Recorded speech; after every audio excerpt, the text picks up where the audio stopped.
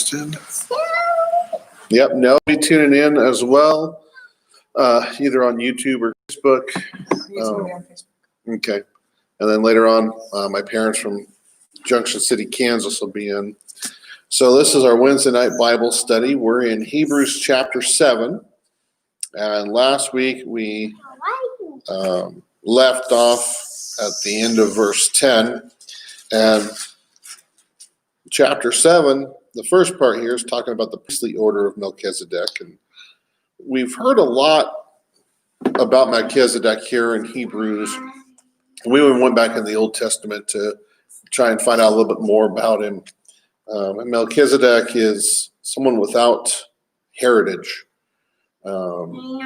His name is King of Salem, but also King of Righteousness and King of Peace.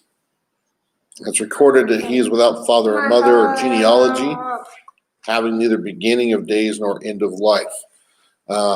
And we talked about how this has caused a lot of confusion because it sounds like Christ, but he was alive during the time of Abraham, which was before the birth of Christ.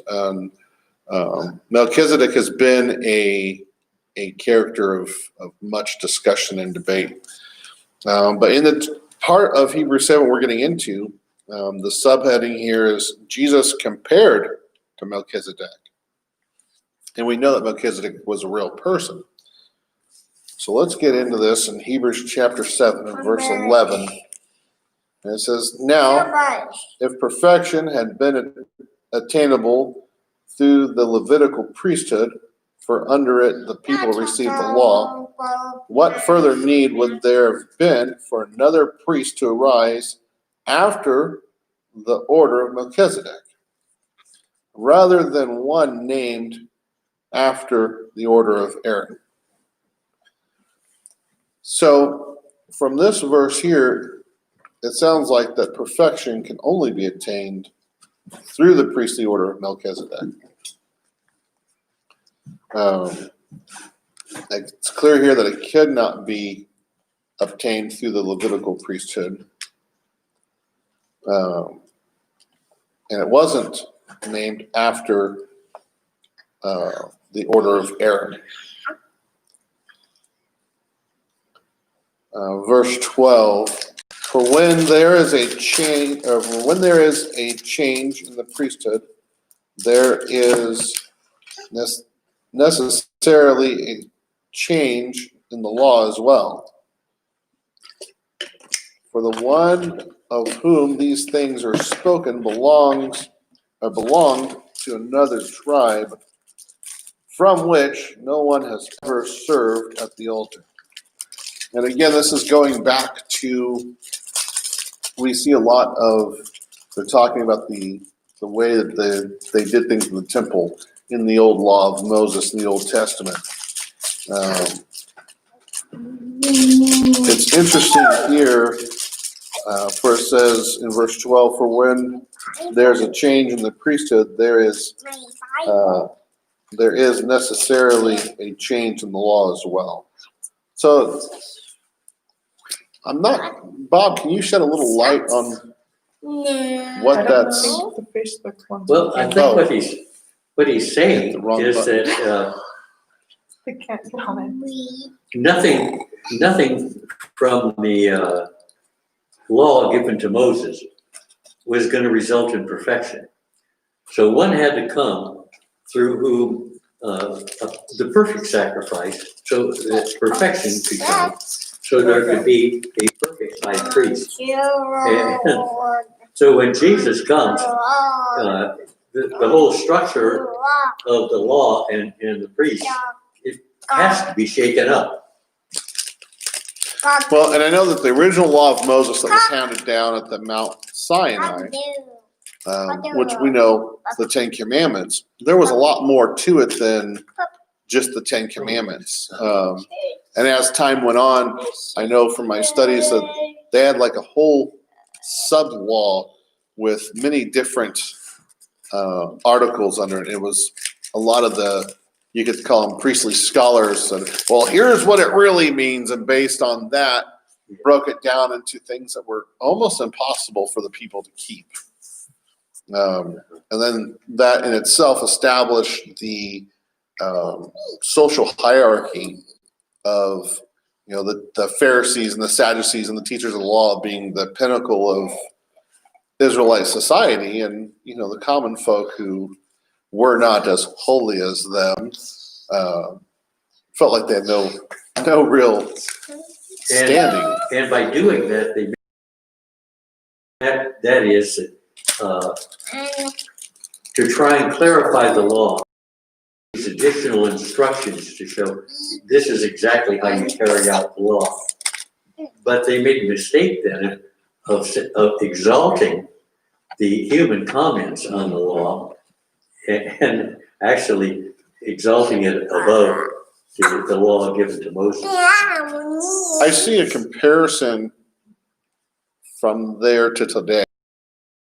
A lot of times, especially the denominational churches, you will have preachers who are exalted, so to speak, and they're held in such high esteem. The recently deceased Billy Graham was called, I heard one newscaster call him America's preacher.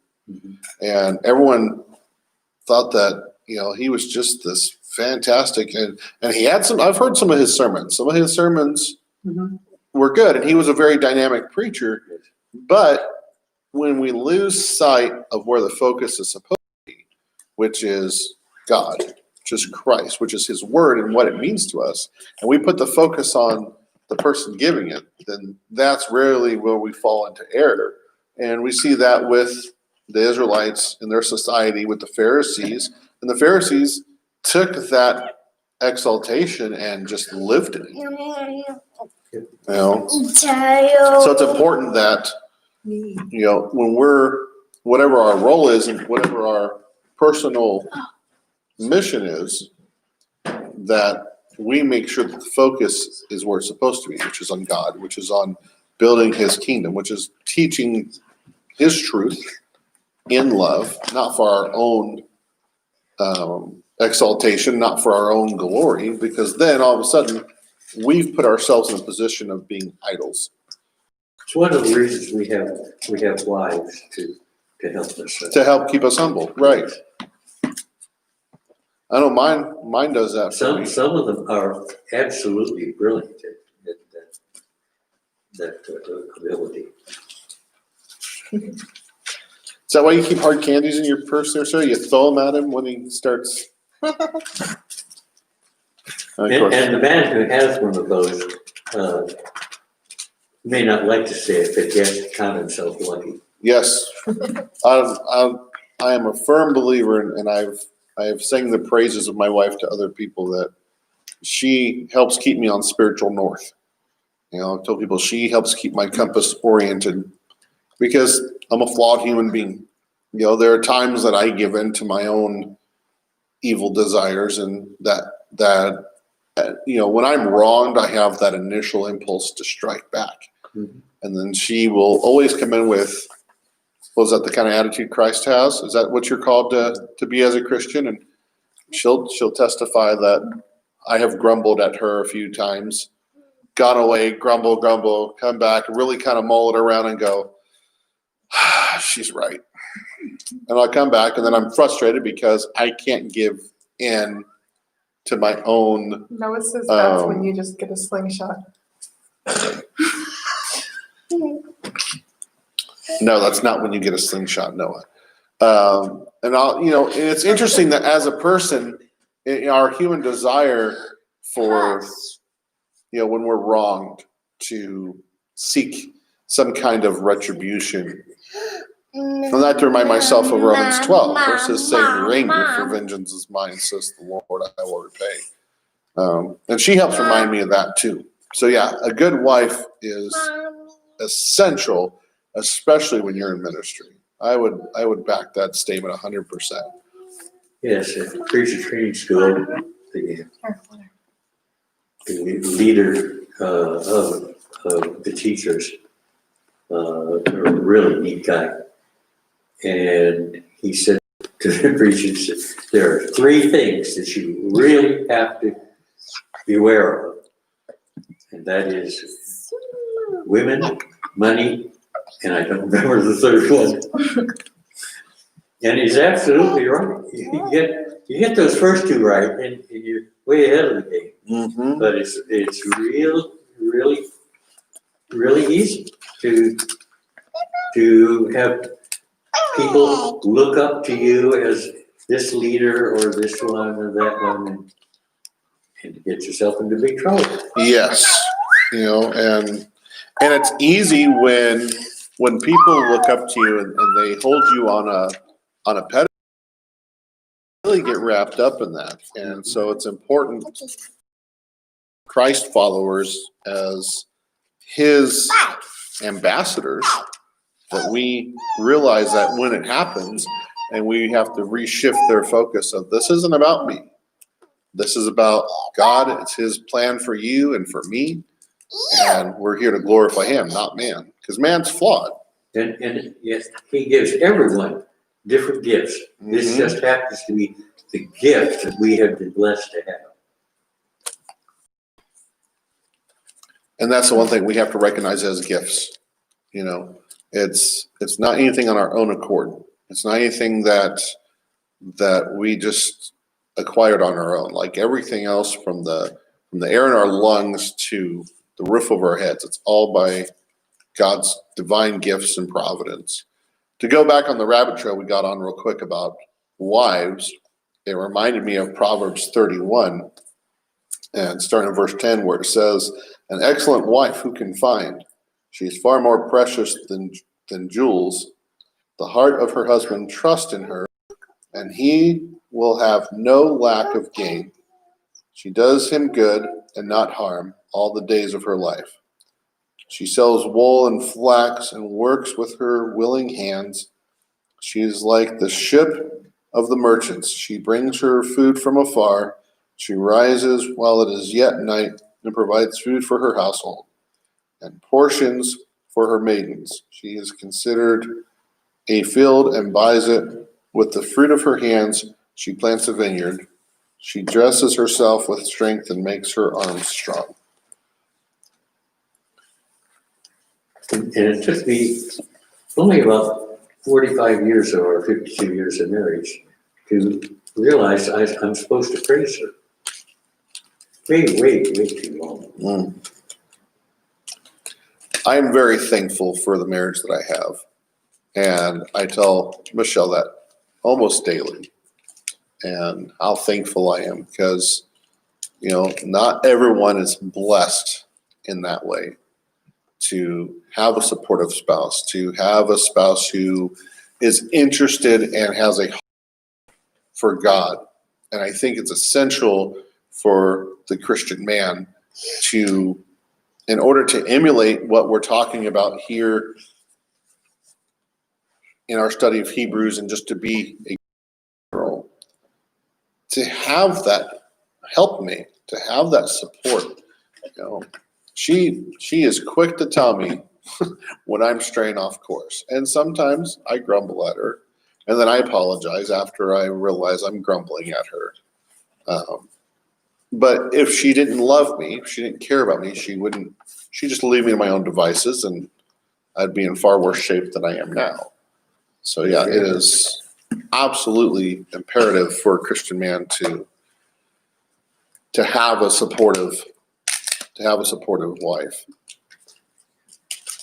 But going back, let's get back on track. Jesus compared to Melchizedek. So yeah, the Pharisees and the Sadducees and the teachers of the law got exalted and lived in it. For when there is a change in the priesthood, there is necessarily a change in the law as well. Verse 13, for the one of whom these things are spoken belonged to another tribe, from which no one has ever served at the altar. Now, the altar, if I remember correctly, there were different altars in the temple, weren't there? Wasn't there an altar outside of the Holy of Holies? Or You just go with that. Yeah. if I'm wrong, feel free to let me know. I am not above to say that I'm right about all these things. And I think that's right, because if somebody came to try and get mercy, they would grab the horns of the altar, and you know they could not go into the inner. Right, they couldn't go into the Holy of Holies behind the curtain. And that was reserved for the high priest that was selected.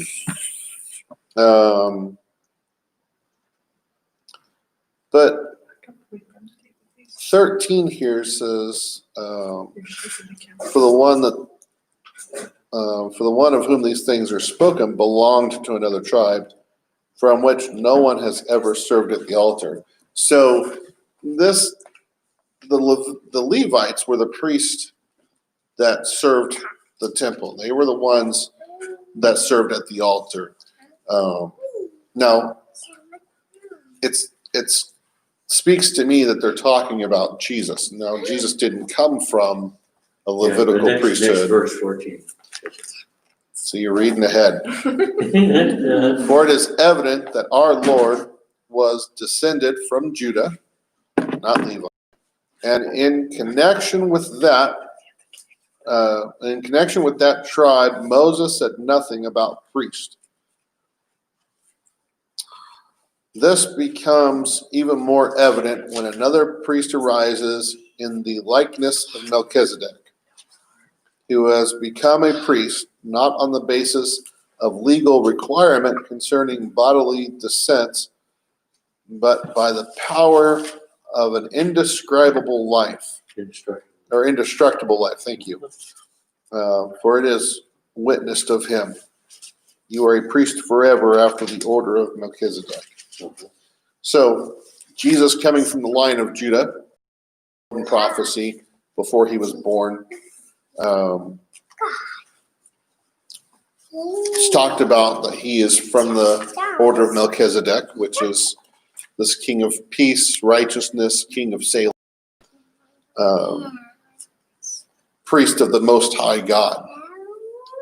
Which I think, I've said this before, but if you're going to have any kind of a official title, that would be the one.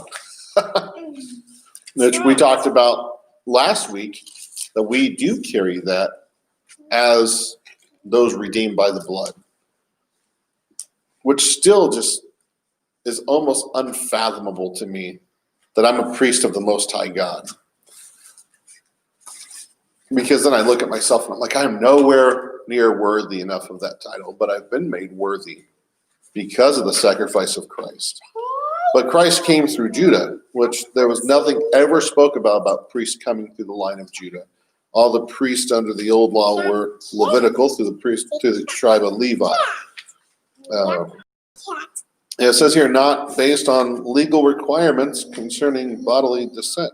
So it means it wasn't to fulfill any legal requirements that man has to abide by, but it was something greater. God walks whole world by together. Yeah? Is that what you think? God walks and they fight together. God walks and they fight together. That's true. It's Yeah, amazing. got shoes. Got swords. Verse 15 is interesting. Swords. Where it says another priest arises in the likeness of Melchizedek. And again, I think it's talking about not the physical attributes, but attributes that we see here about Melchizedek, that there's no genealogy. We know that because he was born of Mary, there is that part of his earthly genealogy. But if you really look at who Christ is, he has no beginning of days. He has no end of days, like Melchizedek. His genealogy begins with God himself, who has been here since before time. And we know that Jesus is the likeness of God. In fact, he's known as Emmanuel, God with us. Genealogies were very important to the Jewish people and to the people of Israel. Right, Because because you notice, you follow through the Bible, and then when they start with the life of Jesus, they give the genealogy again. Yeah. well, and the genealogy was also important because it was prophesied that he would come through the line of David. Right. Now,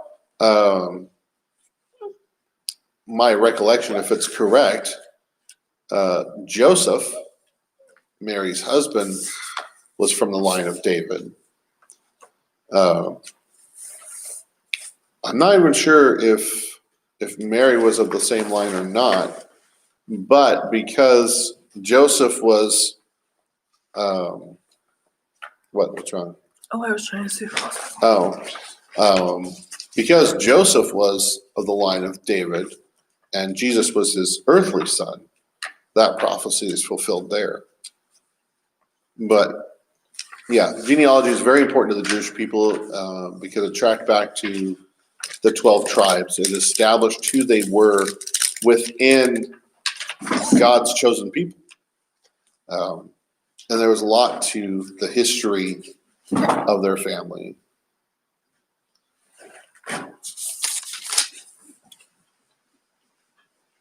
Any other comments before we go on? All right, let's continue on verse 18. For on the one hand, a former commandment is set aside because of its weakness and uselessness. For the law made nothing perfect. But on the other hand, a better hope is introduced through which we draw near to God.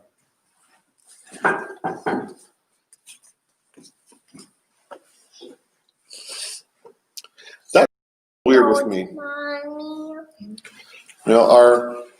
I think of, when I read this, I think about the 10 Commandments that were handed down to Moses, which was the start of the Mosaic law. Just as a former commandment is set aside because of its weakness and uselessness. Well, how can a commandment from God be considered useless or weak? Or are they talking about the commandments that man had come up with? Yeah, I think they're talking about the law and it's set aside because it was a temporary covenant. Mm-hmm. And the parentheses tells you why the law made nothing perfect. Yes. And so it can be set aside, and then actually you're back into relationship. Right. Well, in the old law, my understanding of it was the sacrifices for the sins was not necessarily forgave, but pushed them back a year. So it was at the time of the sacrifice, okay, I'm not going to keep account of these for a year. It was like an extension on a loan. I can't think of a better analogy than that. Loaning grace for a year. Yeah. Right. But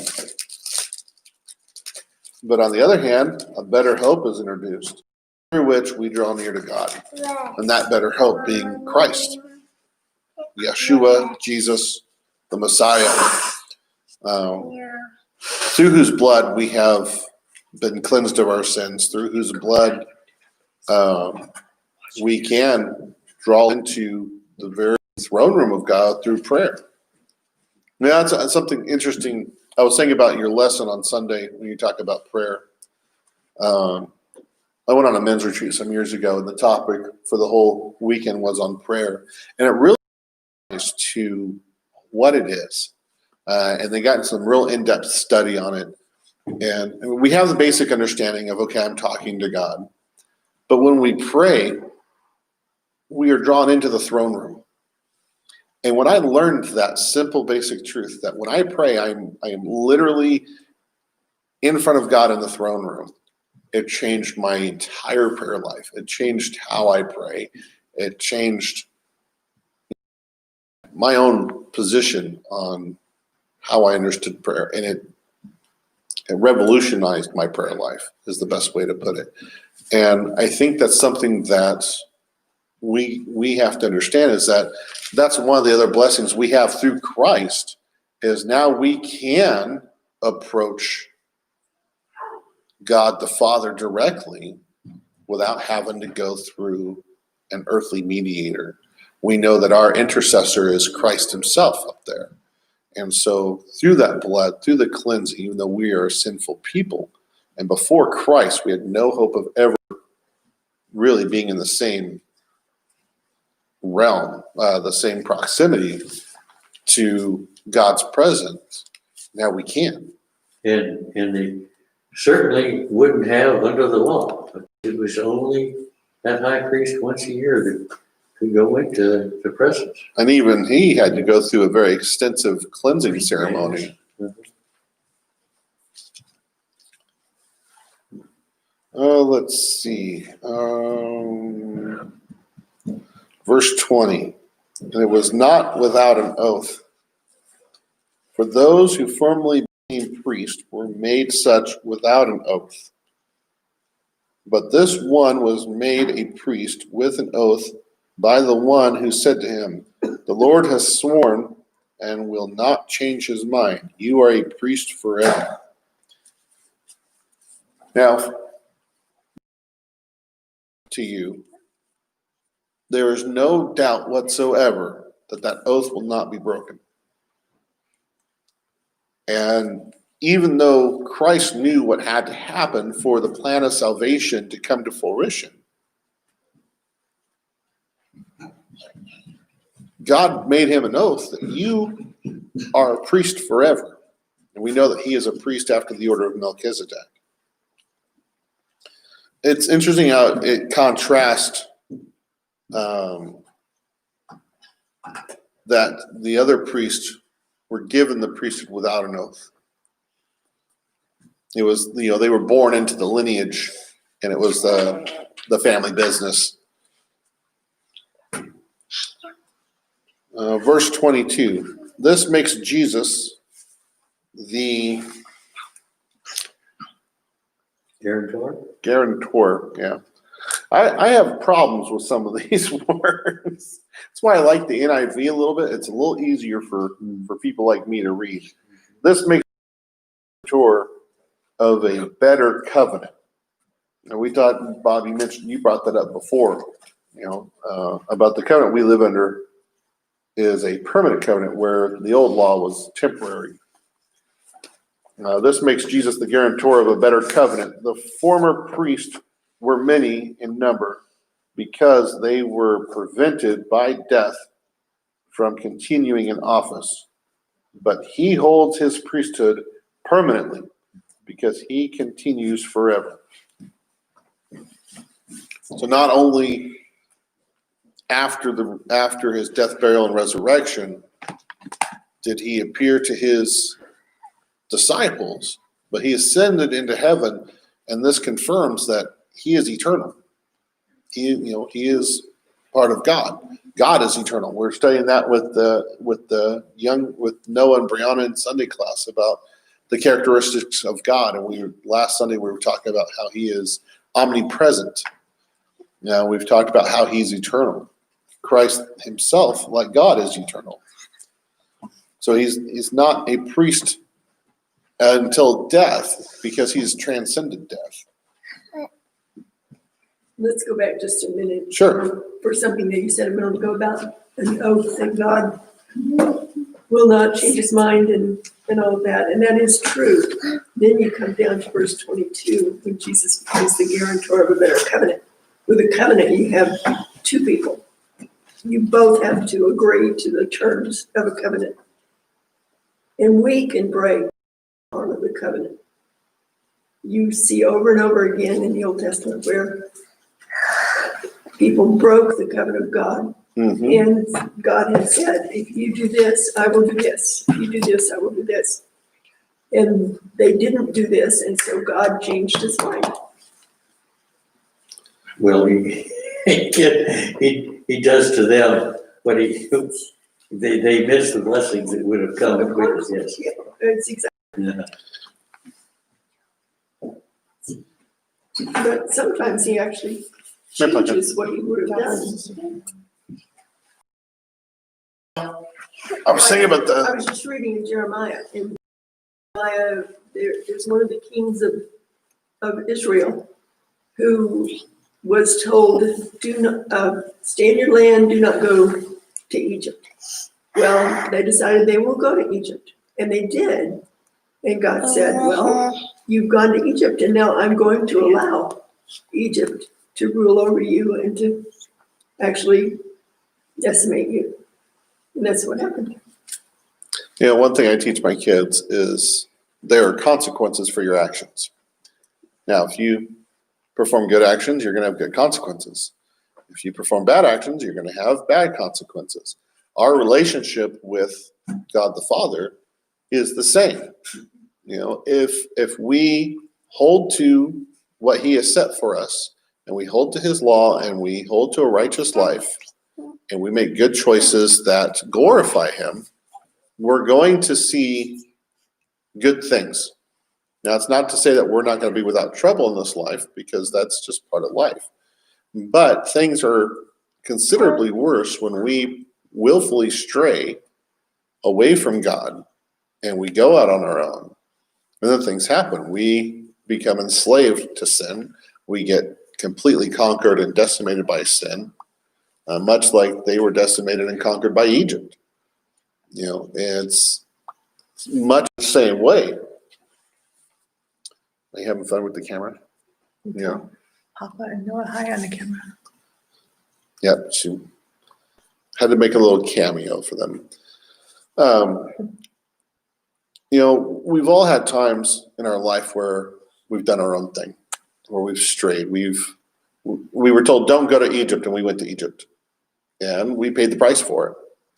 And you're absolutely right. We can stray from our covenant. We can stray from the covenant that we made. And that's one of the things that we have with free will.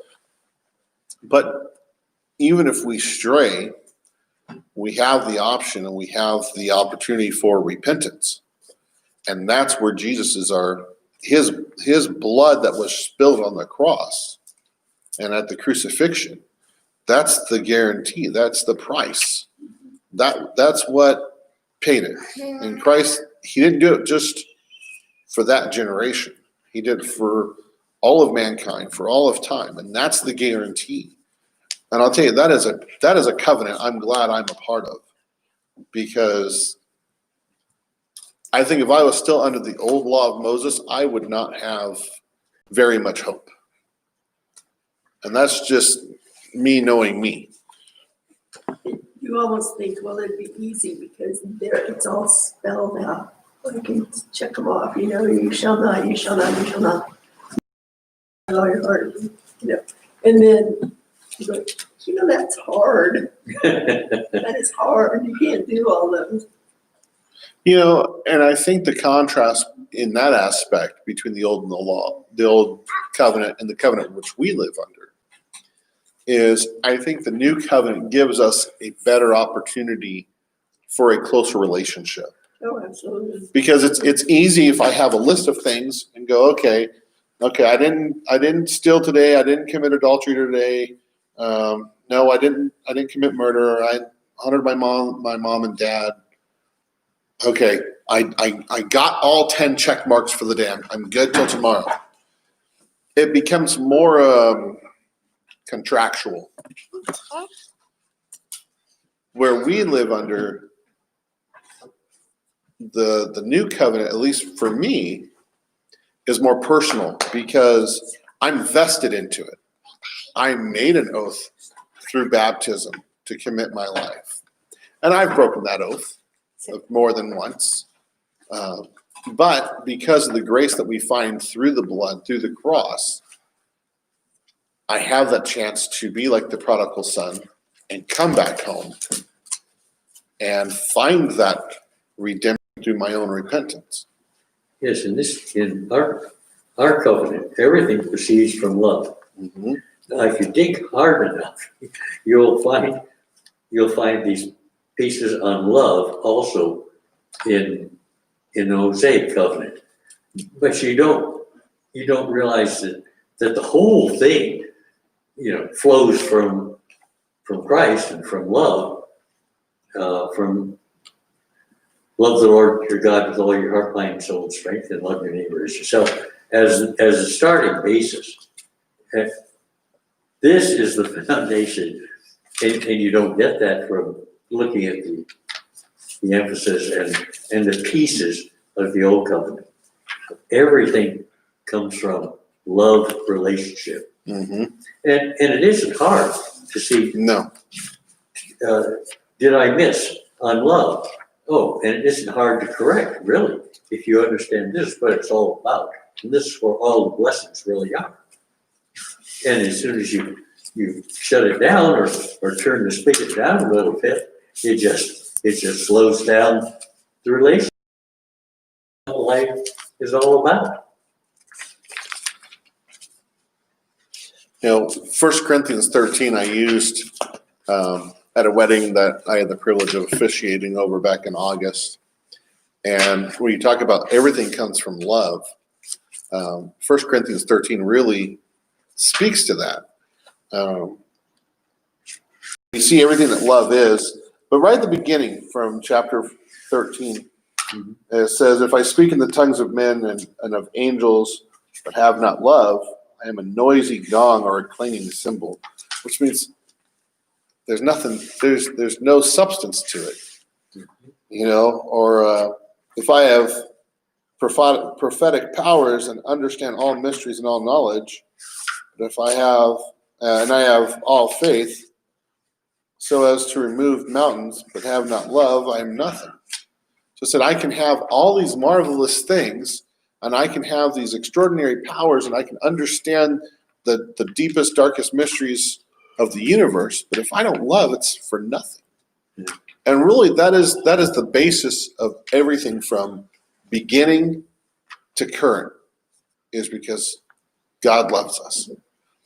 One of the biggest questions that I've ever had in my Christian walk, and I think everybody has asked this question at one point in time, is why did God create us? Well, we know he wasn't lonely. He had fellowship with his son, with the Spirit, with the angels. So it wasn't because he was lonely. With the devil, with Lucifer. And so it wasn't because he was lonely. And I know some people are coming out of their seats right now and go, what? He had fellowship. Take care of that relationship. Because he was just this all-powerful God that had no one to talk to. And I still struggle with the answer of why. Well, I still think why was I created? Because he is love, and love is inseparable from fellowship and relationship. Yes, he has it with the Son, but I don't think he has the same thing with the angels. And so we're made in his exact likeness, and so I think fellowship is still a big part of it. And I think you're right. Yes, he has the angels, he has the heavenly host, but from my readings and my understanding, they are servants to the king, and there is that established professional relationship, you could call it, whereas we have a personal, intimate relationship with our Creator. And so, it is a different relationship. Now, I don't doubt for 1 second that he loves his angels, because God is love. We know this. I love my soldiers, but the soldiers that I was in charge of, that was my first responsibility. Is I'm your direct supervisor. If I'm put in charge of you for this task, I am your boss. I'm your leader. And I think maybe it's that militaristic relationship. And I know some people have a hard time understanding that angels are the messengers. Yes, they are messengers, but they're also a legion. They're also God's warriors, you Yes, know. they are. So, you know, and Kind of like the Jesuits. There's one story in the Old Testament where the angel says to, I can't remember, one of the kings of Israel, and he says, I was coming, but I had to fight with Yeah, Daniel. somebody. It was an angel. Yeah. I was coming, but I had to fight with someone else first. right. But the Jesuits are like that to the Pope. You know, they're whatever the Pope assigns them to do, they go and they carried it out for him. And so the angels, whatever God assigns them to do, they go and carry it out for him. Yeah. You know, and they can be many things. They can be messengers, they can be warriors, they can be destructors, you know. I think about when the 10th plague on Egypt. There was an angel that went and killed the firstborn of every house and livestock. Well, Yeah, you just don't call it the angel of death, Gary. It was- that's right. I did check it out because people like to call it the angel of death, and the Bible does not say that. Right. It does say an angel, but it doesn't say angel of death. I know. Although that was his job at the time. It was. I know it says destroyer. I'm not positive it says angel. We can check that out. You good? Yeah, cheers. Oh. The little one has the. Mhm. All right, well, let's go on. We're running about 15 minutes here. Verse 23, the former priests were many in number because they were prevented by death from continuing in office. But he holds his priesthood permanently because he continues forever. Consequently, he is able to save to the uttermost those who draw near to God through him, since he always lives to make intercession for them. And this just brings home what Christ said while he was on earth in his physical form, was that no one comes to the Father except through me. And I like here where it says he is able to save to the uttermost. You know, that's not a word that we hear very often, uttermost. My understanding of the word is completely, without lacking. I actually want to see what the definition on this is. My footnote says completely or at all times.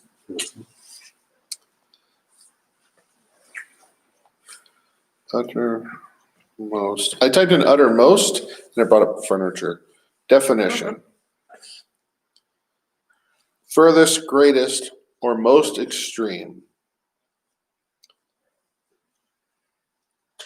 The greatest or most extreme extent or amount. Which this, as a sinful person, gives me a lot of hope. Because this there are people who think, and they have given into the lie of, well, I've done too much. You know, I've sinned too much that God can't forgive me. And I love talking to people like that, because it's like, no, that's a lie from the enemy. Because, you know, Christ didn't die to save you a certain amount of, you know, to forgive a certain amount of sins. He's not this big guy with a big long white beard with a checkbook going, well, you know, I've forgiven Josh 1,847 times. But he's really getting near the edge. But, you know, I'm almost out of pages to make my little tick marks on forgiveness. I bet I could probably squeeze in another 5 and then he's done. Yeah. So that's scary. But there are people out there who believe that lie, that, well, I've done too much, I've sinned too much. And I always bring up Jeffrey Dahmer. Yeah. Okay, one of the most vile criminals in recent history. Not only did he murder his victims, he was a cannibal. And I can't even, I've eaten a lot of strange things, but I cannot put my mind there. I can't, But while he was in prison, there was a Church of Christ minister who was doing prison ministry, and Jeffrey Dahmer came to Christ, accepted Christ, was baptized, and the most vilest offender who truly obeys, guess what? That promise is extended to him. Well, if God can forgive and give a place in paradise, heaven, to Jeffrey Dahmer, no, I am pretty confident now, because I've done a lot of things that I'm not proud of, and I've done a lot of vile things, but I haven't eaten people.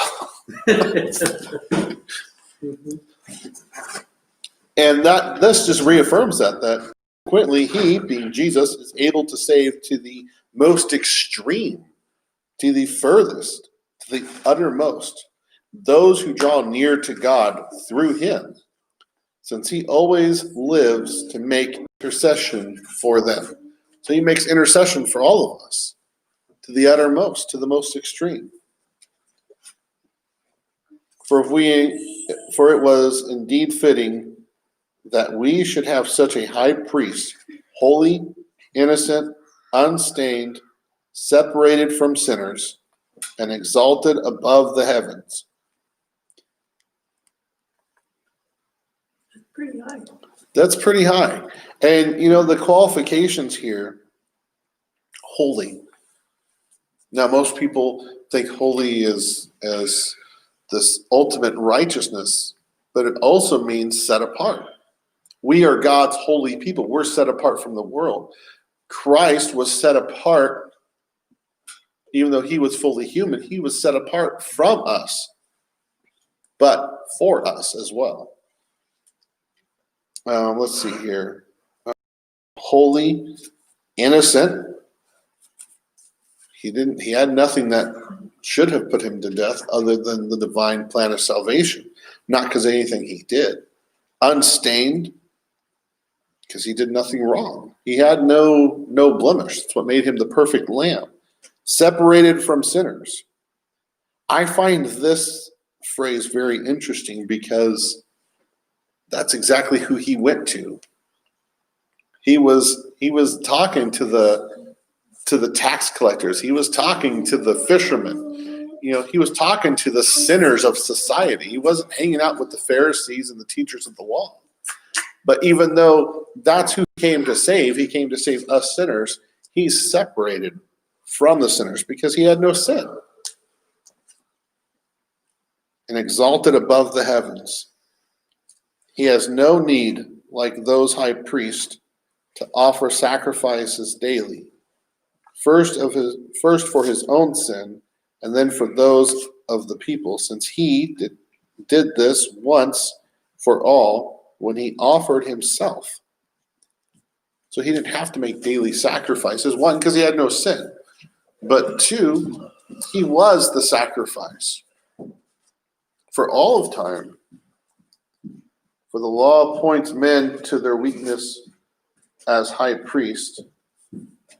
For the law appoints men in their weakness as high priest.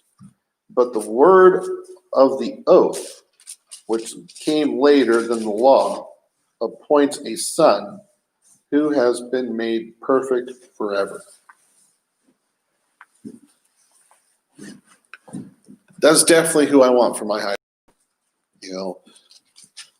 We put our, yeah.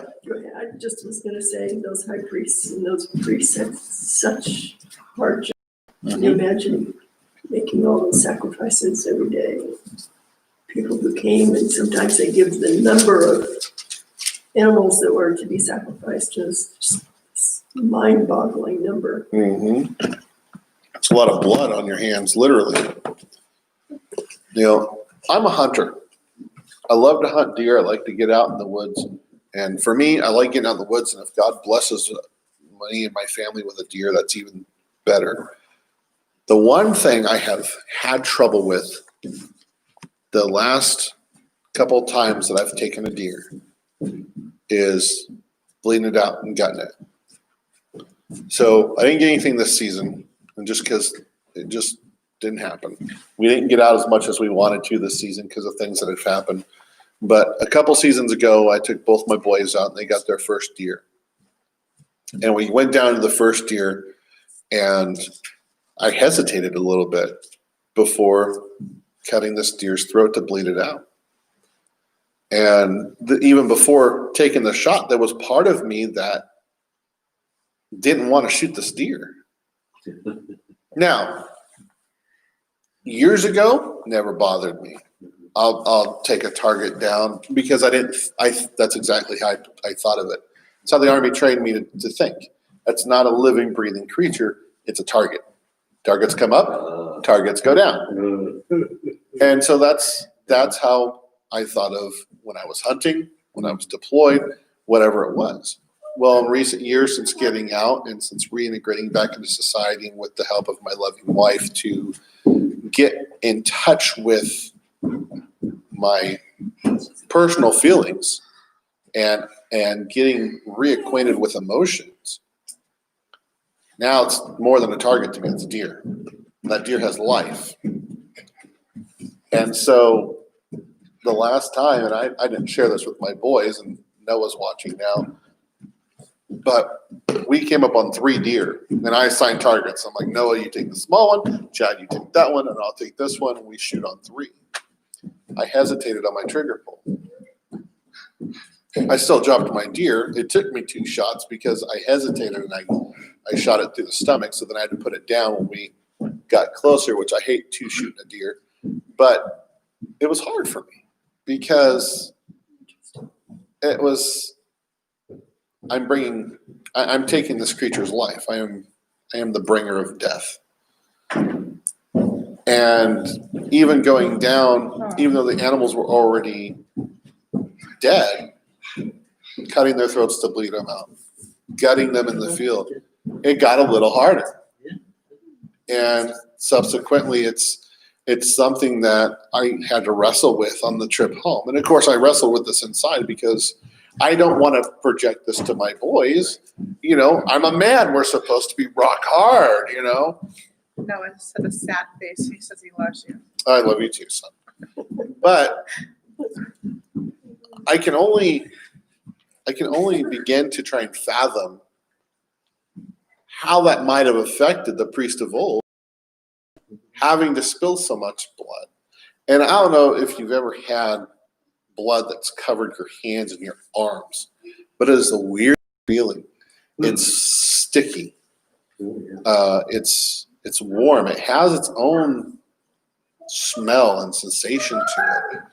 And that is not something that you forget. Now, it's been a couple of years since I've taken a deer.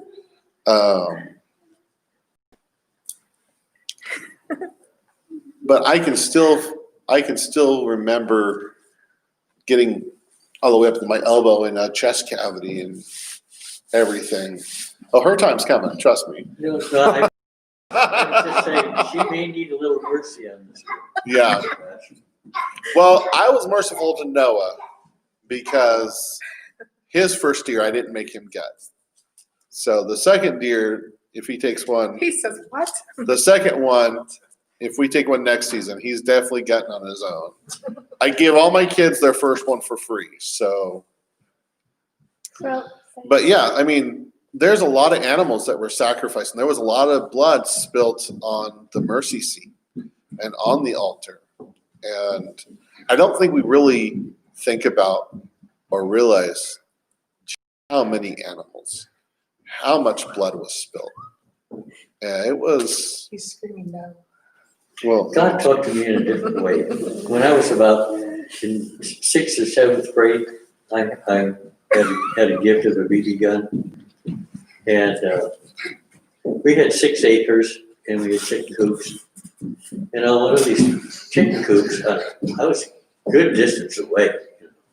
There was this little bird there. And I thought, I'm going to wing that thing and keep that as a pet, you know. And so I took aim at it, shot, and hit the thing. Got up on that chicken coop, found out I hit it right in the eye.